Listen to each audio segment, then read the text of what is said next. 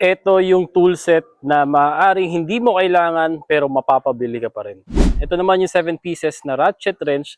Ang gara lang guys kasi meron na siyang lagayan. Tapos kapag binuksan mo ay makikita mo yung mga tools mula 8 hanggang 19. So yan talaga yung mga pinaka-common na ginagamit sa ating mga motor. Ang maganda pa ay ratchet na siya. So kapag inikot mo ang iyong tornilyo, oh, di ba? Pwede yan baliktaran kapag magluluwag ka naman. Less hassle sa pagpihit at kapag hindi mo nagagamitin, meron siyang lagayan at organized na organized at pwede mo ring bitbitin kahit saan dahil meron na yang hawakan. At kung ililigpit mo naman na, pwede mo ring isabit kung saan saan at hindi na yan gagalaw-galaw.